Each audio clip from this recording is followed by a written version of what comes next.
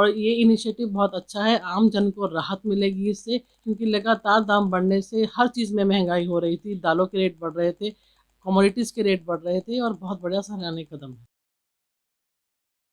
आज भी नवंबर के अंदर भी, अक्टूबर के अंदर भी उसकी 10-10 हज़ार करोड़ की किस्तें जो हैं भारतीय जनता पार्टी की सरकार पे कर रही है। उस समय क्या उनको ये चीज़ें याद नहीं आई? आज जो आपकी 27 जगह पे, अगर राजस्थान की बात करती हूँ, 27 जगह पे 27 पेट्रोल पंप वालों ने हड़ताल कर रखी है। वो पेट्रोल डीजल नहीं बेच रहे हैं और उन्होंने अल्टीमेटम दे रखा है कि आप वैट नहीं कम करेंगे तो हम परमानेंट इन पेट्रोल पंप्स को बंद कर देंगे। तो दूसरों पे पत्थर फेंकने बहुत आसान है, जिनके घर खुद के शीशे के हों। इस बात का ध्यान रखें कि जब दूसरे पे इल्ज़ाम लगाते हैं, उसके पहले आप खुद स्वयं संज्ञान लें कि आप लोगों ने अपनी सरकार होते हुए क्या किया था, और अगर आपकी स्टेट में सरकार है तो वहाँ पे आप क्या कर रहे हैं। पहली बार तोहफ़ा नहीं है, आज से तोहफ़े आगे भी आते रहेंगे और धीरे-धीरे महँगाई को कम किया जाएगा। देखिए, जो आप कह रहे हैं कि मोदी सरकार ने तोहफा दिया, ये तोहफा नहीं दिया। तोहफा तो हिमाचल और राजस्थान में लोगों ने दिया है मोदी सरकार को, कांग्रेस की झोली में सभी सीटें डालकर। 2024 में मोदी जी को भी जनता जल्द उखाड़ देगी। एक आम आदमी की डेवलपमेंट होनी चाहिए, ना कि मोदी के व्यापारी दोस्तों की, अंबानी और अडानी की, ना जय शाह की। देश भर की जनता को दीपावली का तोहफा देते हुए केंद्र सरकार द्वारा पेट्रोल और डीजल के दामों में कटौती की गई है। सरकार द्वारा 5 रुपये प्रति लीटर पेट्रोल और 10 रुपये प्रति लीटर डीजल में एक्साइज ड्यूटी कम की गई है। जब हमारे संवाददाता ने भाजपा की प्रवक्ता रंजिता मेहता से बात की कि पेट्रोल के दामों में कटौती उसी वक्त क्यों की गई जब उपचुनाव में कई राज्यों में भाजपा को हार मिली, तो सुनिए उन्होंने क्या कुछ कहा।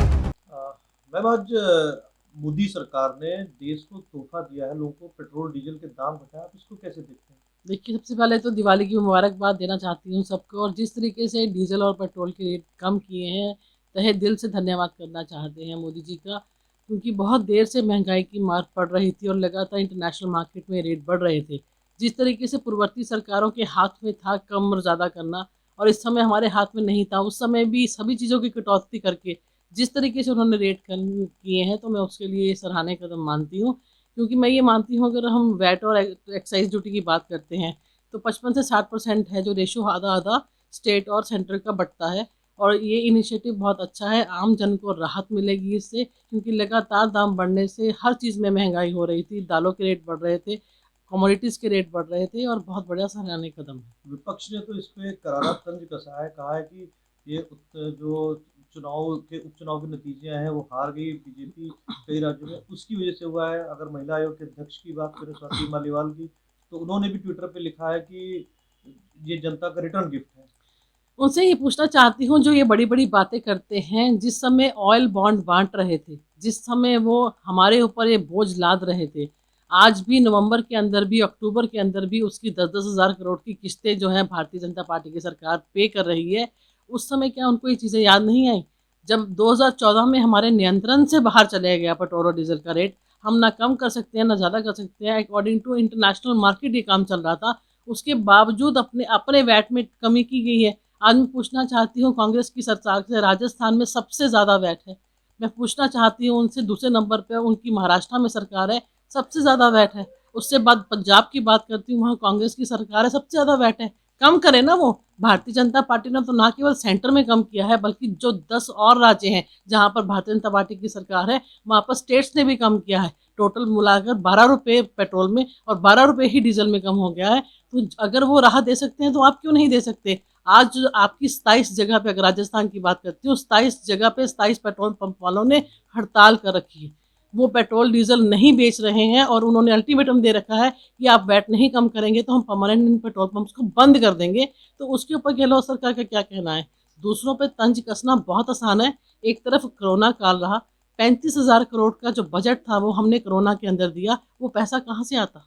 अब तीसरी लहर की आशंका हो रही है, उसकी तैयारी की जा रही है, वो पैसा कहाँ से आएगा? अगर सिर्फ आज की मैं बात करती हूँ, दिवाली के ऊपर ना केवल पेट्रोल डीजल का रेट कम किया मोदी जी ने, बल्कि जो 36,000 हरियाणा के और ऑल इंडिया के कर्मचारी हैं, कच्चे और पक्के, उनको 1500 रुपया हम दिवाली बोनस देने जा रहे हैं। इतिहास में आज तक नहीं दिया गया। अब 36,000 मल्टीप्लाई बाय 1500 कर लीजिए, कितना पैसा आता है। तो मैं ये मानती हूँ कि जिस तरीके से आप विपक्ष बनकर आरोप लगाते हैं, आप एक हेल्दी विपक्ष की भूमिका निभाइए, आप एक हेल्दी डिस्कशन कीजिए और सुझाव दीजिए। आज अगर मैं हरियाणा की बात करती हूँ, हरियाणा के अंदर निश्चित तौर पे रेट कम हुए हैं और आगे कैबिनेट की मीटिंग में फिर से विचार हो रहा है कि क्यों ना हरियाणा में भी कम किया जाए, बाकी 10 राज्यों ने कम किया है, तो इसके ऊपर संज्ञान लिया जा रहा है। बात हरियाणा की, तो हरियाणा इस फैसले को लेने में इतनी देरी क्यों कर रहा है? जैसे बीजेपी के 10 राज्यों में, एनडीए शासित 10 राज्यों ने रेट कम कर दिए, तो हरियाणा हो गया या मध्य प्रदेश में अभी तक यहाँ पे फैसला क्यों नहीं आया? अरे 10 में क्यों आया, ये तो कोई सवाल ना हुआ। मैं कह रही हूँ कि हमारी कैबिनेट की मीटिंग होने जा रही है और उसके अंदर संज्ञान लिया जाएगा और निश्चित तौर पे कम किए जाएंगे। बात कीजिए उन राज्यों की जहाँ पे कांग्रेस और बाकी विपक्षों की सरकार है, किसी एक जगह भी कम हुआ? तो दूसरों पे पत्थर फेंकने बहुत आसान है, जिनके घर खुद के शीशे के हों। इस बात का ध्यान रखें कि जब दूसरे पे इल्ज़ाम लगाते हैं, उसके पहले आप खुद स्वयं संज्ञान लें कि आप लोगों ने अपनी सरकार होते हुए क्या किया था, और अगर आपकी स्टेट में सरकार है तो वहाँ पे आप क्या कर रहे हैं। निश्चित तौर पे ये सराहनीय कदम है, मोदी जी को शाबाशी है और उम्मीद करती हूँ ये केवल पहली बार तोहफा नहीं है, आज से तोहफे आगे भी आते रहेंगे और धीरे धीरे महंगाई को कम किया जाएगा। कल आपने कांग्रेस अध्यक्ष शैलजा का इस्तीफा मांगा, क्या वजह रही? देखिए, जिस तरीके से एलनाबाद के रिजल्ट रहे, जिस तरीके से बड़े बड़े वादे और दावे किए जा रहे थे कि भारतीय जनता पार्टी को वहाँ पर एंटर नहीं करने दिया जाएगा, वहाँ पर खूब विरोध होगा, और बिल्लू जी बड़े बड़े दावे कर रहे थे मैं 20 से 30 हज़ार से जीतूंगा। तो जो हाशिया ये बीजेपी के लिए सोच रहे थे, उससे भी नीचे हाशिए पे आज कांग्रेस पहुंच गई है। क्या कांग्रेस को मंथन करने की जरूरत नहीं है? जिस तरीके से वहाँ पे जमानत जब्त हुई है, आप अपनी ज़मानत में नहीं बचा पाए और जींद में आपने मात्र 700 वोटों से अपनी ज़मानत बचाई थी, तो क्या कुमारी शैलजा जी को इस बात पे इस्तीफा नहीं देना चाहिए? अपनी नैतिकता के रूप में हार नहीं माननी चाहिए? क्या अभी भी आपकी मोटी चमड़ी ये है कि इस बात की खुशी मनाई जा रही है कि भारतीय जनता पार्टी 6700 वोटों से हार गई? आप दूसरों की दुख में तो खुश होना चाहते हैं, पर कांग्रेस आज हाशिए पे जा रही है, इसके बारे में मंथन आप कब करेंगे?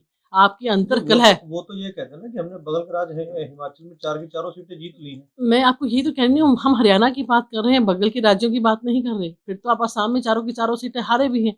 आप हरियाणा की बात कीजिए, आज हरियाणा में कांग्रेस शून्य पे जा रही है। जिस तरीके से वहाँ पर ज़मानतें जब्त हो रही हैं, जिस तरीके से अंतर्कलह की वजह से हुड्डा जी शैलजा जी का कांटा निकालते हैं, शैलजा जी हुड्डा जी का कांटा निकालते हैं और हुड्डा जी सुरजेवाला का कांटा निकालते हैं। ये कांटे निकालने का जो सिस्टम चल रहा है, इससे निश्चित तौर पे जो है कांग्रेस आज हाशिए पे जा रही है। और जिस तरीके की अंतर्कलह और अंतर लड़ाई है और नेताविहीन लोग ये लोग काम कर रहे हैं, ना इनके पास जिला अध्यक्ष है, ना इनके पास मंडल अध्यक्ष है, ना इनके पास ब्लॉक अध्यक्ष है। पहले 7 साल अशोक तंवर नहीं अपनी कमेटी बना पाए और आज कुमारी शैलजा जी उसी पटल पर चल रही हैं। तो निश्चित तौर पे ये मानती हूँ कि जिस तरीके की इनकी अंतर्कलह है, इनको किसी भी विरोधी पार्टी की ऑपोजिशन की कंपटीशन की जरूरत नहीं है। ये खुद ही अपने आप को खा के मरेंगे। सुरजेवाला का नाम लिया बीच में, सुरजेवाला ने कल पेट्रोल डीजल के ऊपर कमेंट कहा है कि पेट्रोल के दाम 25 में बढ़ाए जाते हैं और घटा के 5 रुपए कर दिए गए। मैं आपसे ये पूछना चाहती हूँ कि मैंने पहले भी आपको जब हम पेट्रोल डीजल पे बात कर रहे थे बताया था कि पूर्ववर्ती सरकारों के हाथ में था कि पेट्रोल और डीजल का नियंत्रण कैसे करना है। WHO से जो समझौता किया वो किसने किया? वो कांग्रेस की सरकार ने किया और अक्टूबर 2014 में ये नियंत्रण हमारे हाथ से चला गया, चाहे वो डीजल पे था, चाहे वो पेट्रोल पे था। उस समय आप लोगों ने षड्यंत्र रच के तो ऑयल बॉन्ड बांट दिए, उसके ऊपर सुरजेवाला जी जवाब दें। तो उस समय ये क्यों वादे किए गए 2014 के अंदर कि 2021 के अंदर आपको पेमेंट वापस मिलेगी? क्योंकि आपको पता था कि आपकी सरकारें नहीं आने वाली, आपको पता था कि भारतीय जनता पार्टी की सरकार आएगी और अपने आप वो निपटेगी। तो निश्चित तौर पे आप ये बताइए, जिस तरीके से आप षड्यंत्र दूसरों के लिए रचते हैं, 35-35 पैसे अगर इंटरनेशनल मार्केट में रोज रेट बढ़ रहा है तो उसके अकॉर्डिंगली रेट बढ़ रहा था। तो एक बहुत बड़ी राहत है ये, अगर आप 12 रुपये डीजल पे हमारे टोटल कम हो जाते हैं अगर स्टेट के हम मिलाएं तो, और 12 रुपये हमारे पेट्रोल पे कम हो जाते हैं, तो ये बहुत बड़ी राहत है किसी भी इंसान के लिए जब इतनी एक झटके में इतना कम अगर सरकारों ने किया है। आप बताइए कि जहाँ पर आपकी सरकारें हैं, चाहे वो पंजाब है, चाहे वो महाराष्ट्र है, चाहे वो राजस्थान है, वहाँ पर ट्वीट क्यों नहीं खेलते सुरजेवाला जी? वहाँ पर जाकर रिएक्शन क्यों नहीं देते? चुनाव में तो आप रैलियाँ करने के लिए वहाँ पहुँचते हैं, हर समय आप हर चीज़ का रिएक्शन देते हैं। तो आज अशोक गहलोत जी से पूछिए क्यों रेट नहीं कम कर रहे? आज चन्नी जी से पूछिए रेट क्यों नहीं कम कर रहे? तो निश्चित तौर पे आज मैं ये मानती हूँ कि सुरजेवाला जी से ये पूछना चाहिए कि जहाँ-जहाँ कांग्रेस की शासित सरकारें हैं, वहाँ पर आप क्या कंट्रीब्यूशन कर रहे हैं रेट कम करवाने के लिए और उनको सोनिया गांधी के पास कब बुला रहे हैं? वहीं भाजपा पर तंज कसते हुए कांग्रेस के प्रवक्ता हरमेल केसरी ने क्या कुछ कहा, वह भी सुनिए। दीपावली का दिन है, शुभकामनाएं देने का दिन है और आज मोदी सरकार ने एक तोहफा दिया है देश को। पेट्रोल के दाम 5 रुपये और डीजल के 10 रुपये घटाए हैं एक्साइज ड्यूटी। तो आप इसको कैसे देखते हैं, मतलब आपसे मतलब कांग्रेस इसको कैसे देखती है? देखिए, जो आप कह रहे हैं कि मोदी सरकार ने तोहफा दिया, ये तोहफा नहीं दिया। तोहफा तो हिमाचल और राजस्थान में लोगों ने दिया है मोदी सरकार को, कांग्रेस की झोली में सभी सीटें डालकर। और अगर सही मायने में अगर आप इसको देखें तो पेट्रोल का दाम 5-10 रुपए नहीं, पूरे देश के अंदर 60 रुपए प्रति लीटर डीजल और पेट्रोल मिलना चाहिए। ठीक है, अभी इसको जो इन्होंने पिछले दिनों में 30-40 रुपए रेट बढ़ाया है, उसमें से 5 और 10 रुपए कम किए हैं। ये सिर्फ एक ट्रेलर था जो हिमाचल की जनता ने और राजस्थान की जनता ने दिखाया है इनको। नहीं सर, इस तरीके से देखा जाए तो असम में बीजेपी को सीटें सारी मिली हैं और मध्य प्रदेश में बीजेपी को सारी सीटें मिली हैं। थोड़ा सा वो आप कह सकते हैं क्योंकि वहां पे उनकी सरकार थी तो इस करके उनको वहां सीटें मिली हैं। लेकिन जो यहाँ के लोग जो ज्यादा जागरूक हैं, मैं ये कहूंगा कि उन्होंने ये मोदी सरकार का जो जवाब दिया है ना, ये पेट्रोल के और डीजल के दाम बढ़ाने पर, महंगाई बढ़ाने पर, आप देखिए सरसों के तेल को भी देखिए ना, उसको भी अभी सरकार को कम करना चाहिए। और ये दाम 5-10 रुपए से कम करने से कुछ नहीं होगा।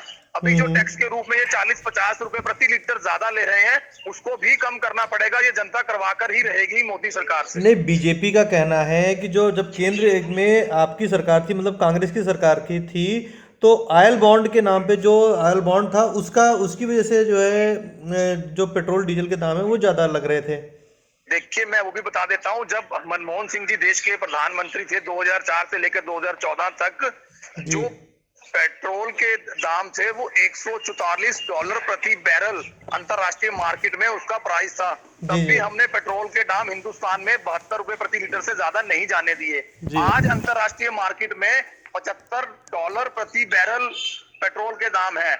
उसके हिसाब से आज पेट्रोल के दाम 45-47 रुपए प्रति लीटर होना चाहिए। तो आप देख लीजिए अभी भी देश के लोग कितना टैक्स देकर इस सरकार को चला रहे हैं। और मोदी कह रहे हैं कि हम इस देश की सरकार जो टैक्स ज्यादा ले रही है उसको इनको कम करना पड़ेगा जल्द से जल्द, नहीं तो ये 2024 में मोदी जी को भी जनता जल्द उखाड़ देगी। तो कांग्रेस इस पर मतलब क्या मांग रखेगी, इस जो रेट घटाएगा? कांग्रेस की मांग एक ही है कि एक आम आदमी की तरक्की। एक आदमी जो साइकिल चलाता है उसके पास 4 साल बाद स्कूटर आना चाहिए, जो स्कूटर चलाता है उसके पास कार आनी चाहिए। एक आम आदमी की डेवलपमेंट होनी चाहिए, ना कि मोदी के व्यापारी दोस्तों की, अंबानी और अडानी की, ना जय शाह की, इनकी। आप हरमेल जी, यहाँ पे एक सवाल ये है कि एनडीए शासित यानी बीजेपी शासित 10 राज्यों ने पेट्रोल डीजल के दामों में वैट भी घटा दिया, मगर कांग्रेस के शासित राज्यों की तरफ से भी कोई ऐसी सूचना नहीं मिली है, चाहे वो पंजाब हो, चाहे राजस्थान हो, चाहे वो मैं ये कह रहा हूँ कि जो अगर सेंटर सरकार अपने टैक्स छोड़ती है तो वो सरकारें भी अपना दाम घटाने को तैयार हैं। लेकिन सेंटर सरकार, अभी जो केंद्रीय सरकार है, वो अपने टैक्स के दाम घटाने को तैयार नहीं है। नहीं, अब तो घटा दिए ना सर। अगर आप फिर वो समुद्र में से एक बूंद पानी की निकाल लेंगे, समुद्र खत्म नहीं हो जाएगा। मैं कह रहा हूँ कि 50 रुपए से ज्यादा टैक्स ले रहे हैं अभी पेट्रोल और डीजल के ऊपर, उसमें से 5 रुपए कम किए हैं, अभी 45 रुपए। ये जनता कांग्रेस के नेतृत्व में, कांग्रेस के लीडरों के जो अभी प्रदर्शन किए जाएंगे अब आने वाले समय में भी, उसको लेकर के करेगी। मैं आपको बताना चाहता हूँ, अभी 1 नवंबर से, अभी दिवाली के कारण रुका हुआ है हमारा जन जागरण अभियान, अखिल भारतीय कांग्रेस कमेटी ने शुरू किया है इस महंगाई के खिलाफ। जब वो शुरू होगा देखना फिर दाम कैसे कम होंगे, और जब इनके एमएलए और एमपी उतरने शुरू होंगे, जब केंद्रीय मंत्री उतरने शुरू होंगे, तब आप देखना कैसे दाम कम होंगे।